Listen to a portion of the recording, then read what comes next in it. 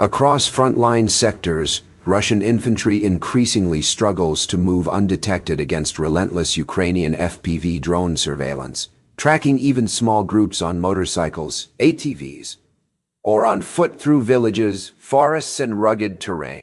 Unlike older reconnaissance methods that relied heavily on intermittent observation points or human scouts, the continuous overhead drone observation renders traditional survival tactics like sudden speed changes, abrupt stops, or seeking cover under foliage or ruins largely ineffective, as drones can anticipate and quickly follow movement from above with minimal delay.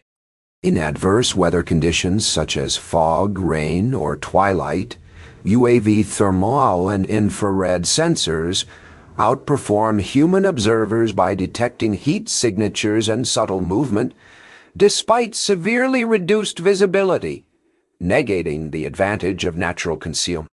Low-altitude drone surveillance transforms tactical movement into a high-risk venture, exposing troop patterns, formations, and logistical movements, while negating conventional stealth and speed advantages that infantry units once relied upon.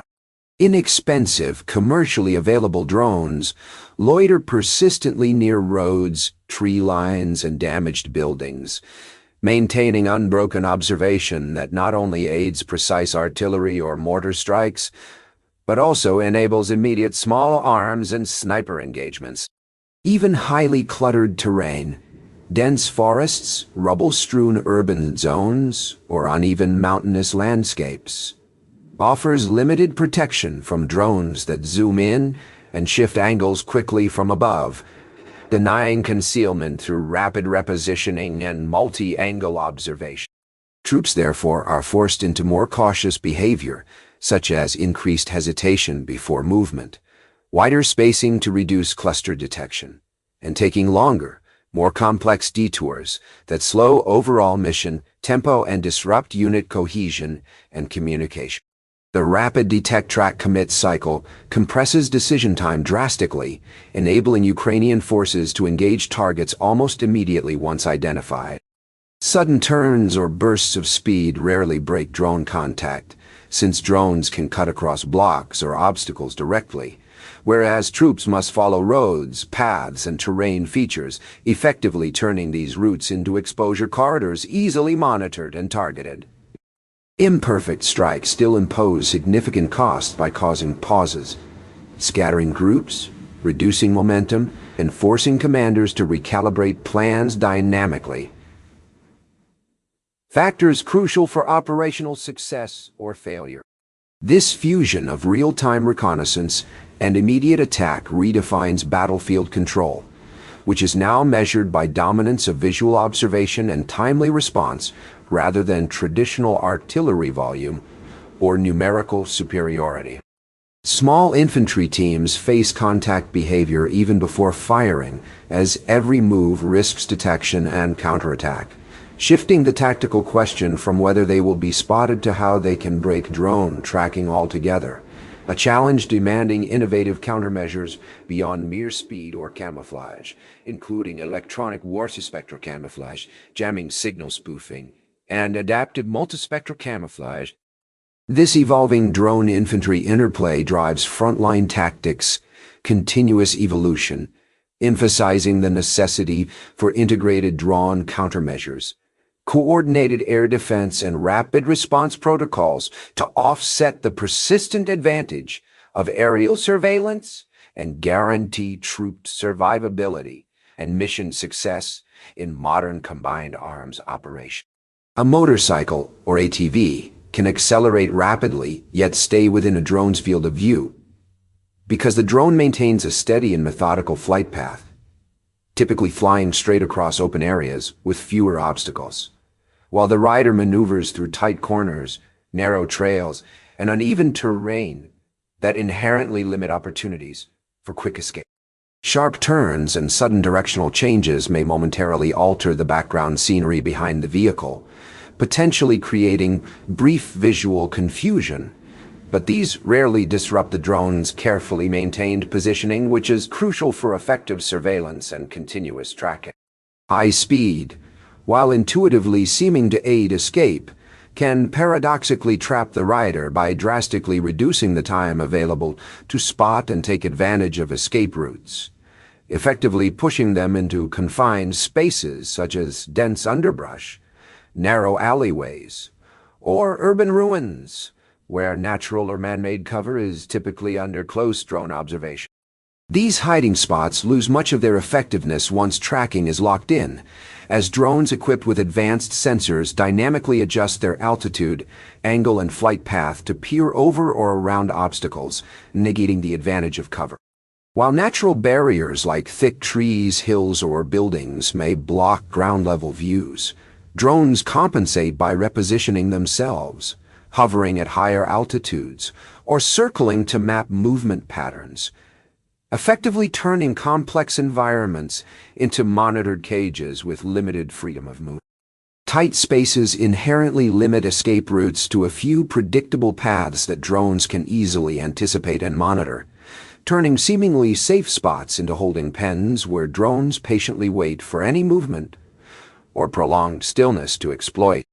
Last-second reactions or evasive maneuvers rarely provide relief, as these occur after a visual lock has been established, leaving minimal time to counteract or outmaneuver the drone's tracking capabilities.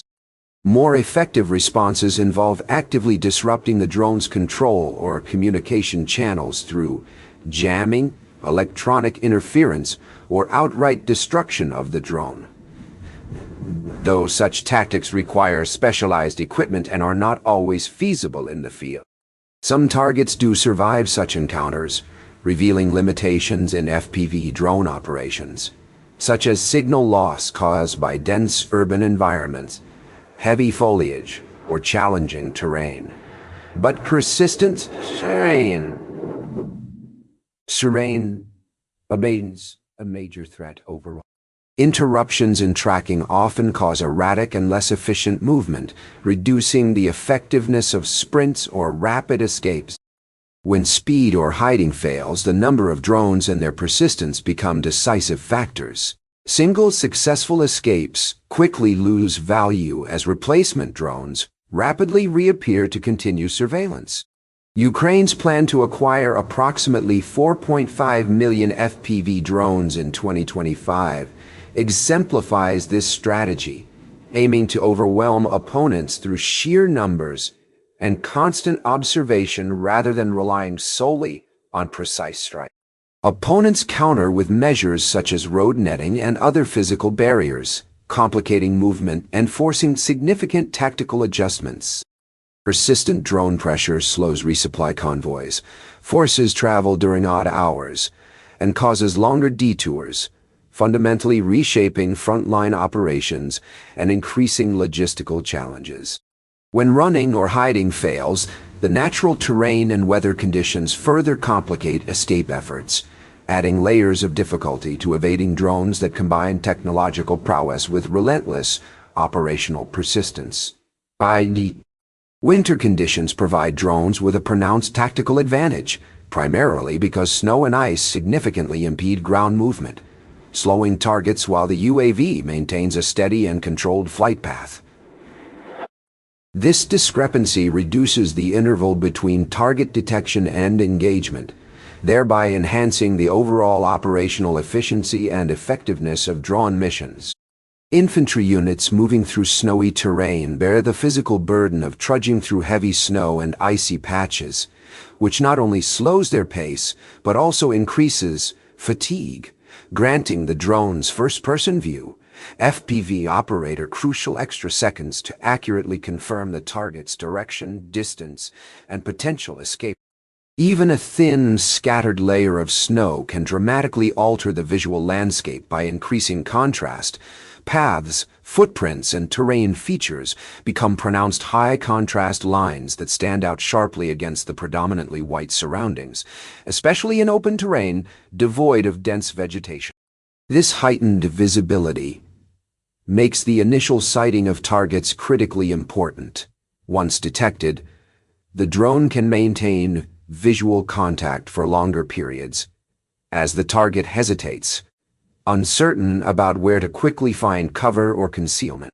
Furthermore, The harsh winter environment severely limits last-minute evasion options. Snow and ice reduce traction, and biting winds sap stamina, making quick, agile maneuvers difficult and risky.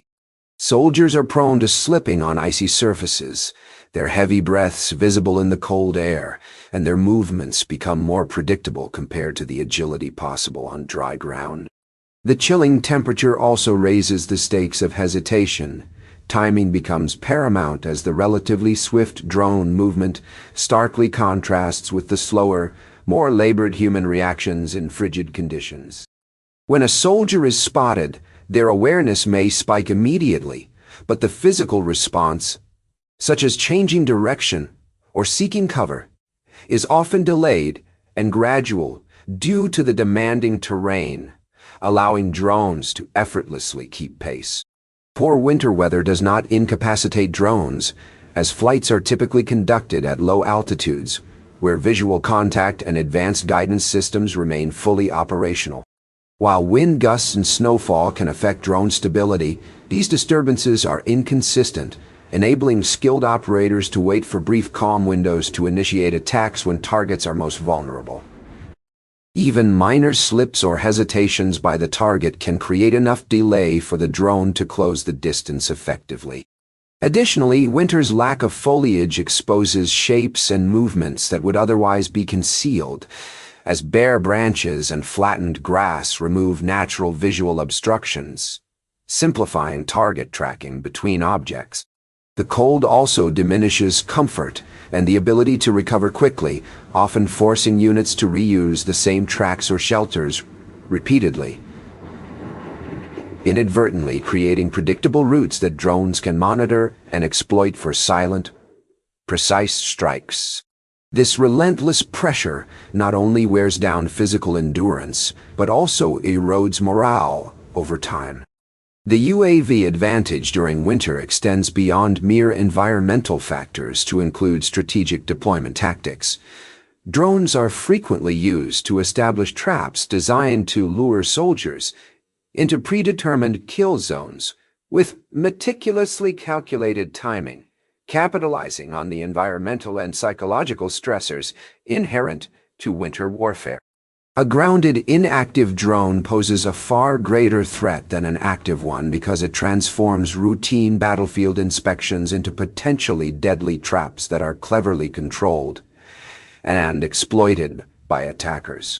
Numerous videos and detailed reports have revealed instances where drones that initially appeared dormant, disabled, or malfunctioning suddenly detonate as soldiers or personnel approach, effectively shifting drone tactics from straightforward rapid aerial strikes to more insidious and covert explosive traps. These traps take advantage of soldiers' deeply ingrained and trained behaviors of carefully checking and clearing their immediate surroundings for hazards and threats. I'm going down now. Soldiers are rigorously trained to recover malfunctioning or abandoned equipment, and to clear any potential hazards to maintain operational security and momentum. However, these standard procedures are now being maliciously exploited by silent, hidden drone traps that are tactically triggered at the most vulnerable and critical moments. Such traps often detonate during essential tasks like securing areas, inspecting suspicious objects, or performing routine checks, causing not only physical casualties, but also significant psychological shock and disruption to troop morale. The presence of these traps fundamentally changes how troops interact with ground objects and significantly slows their movement, particularly near high-risk locations such as road edges, building entrances, or natural cover points where soldiers would typically seek safety or conduct routine checks.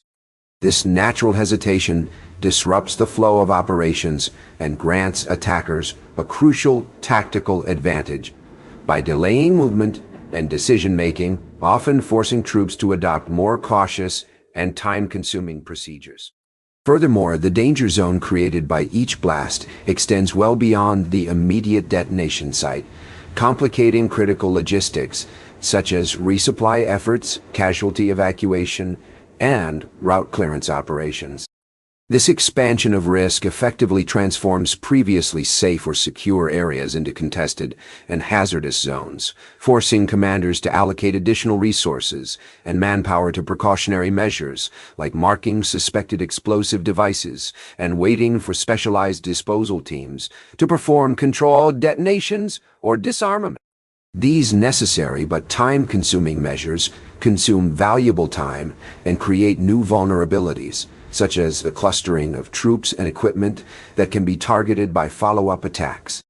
Even in the absence of frequent detonations, the mere potential presence of these drone-triggered explosive traps disrupts coordination and slows the operational tempo, compelling soldiers and commanders alike to constantly balance the competing demands of speed and safety under increasingly difficult and unpredictable battlefield conditions.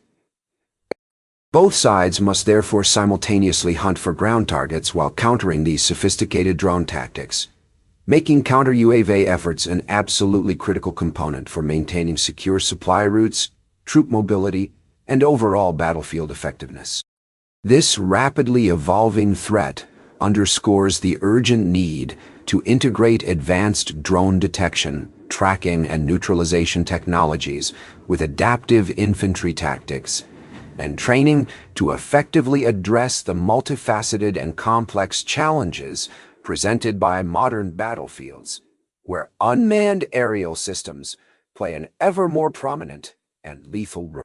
The footage reveals a critical detail beyond a dogfight.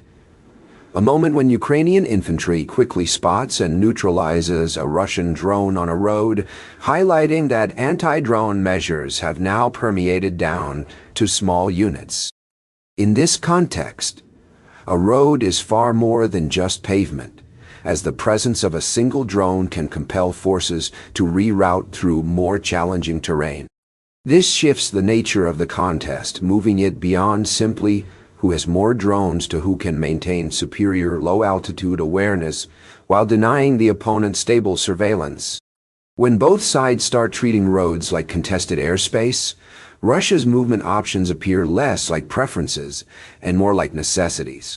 Russia's response reflects this pressure as well, with motorcycles and ATVs emerging as tactical solutions in a battlefield where larger vehicles are more easily detected and targeted.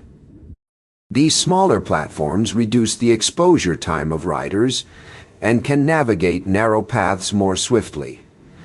But they sacrifice protection, lacking armor, carrying capacity for heavy gear, and defensive capabilities in case of contact.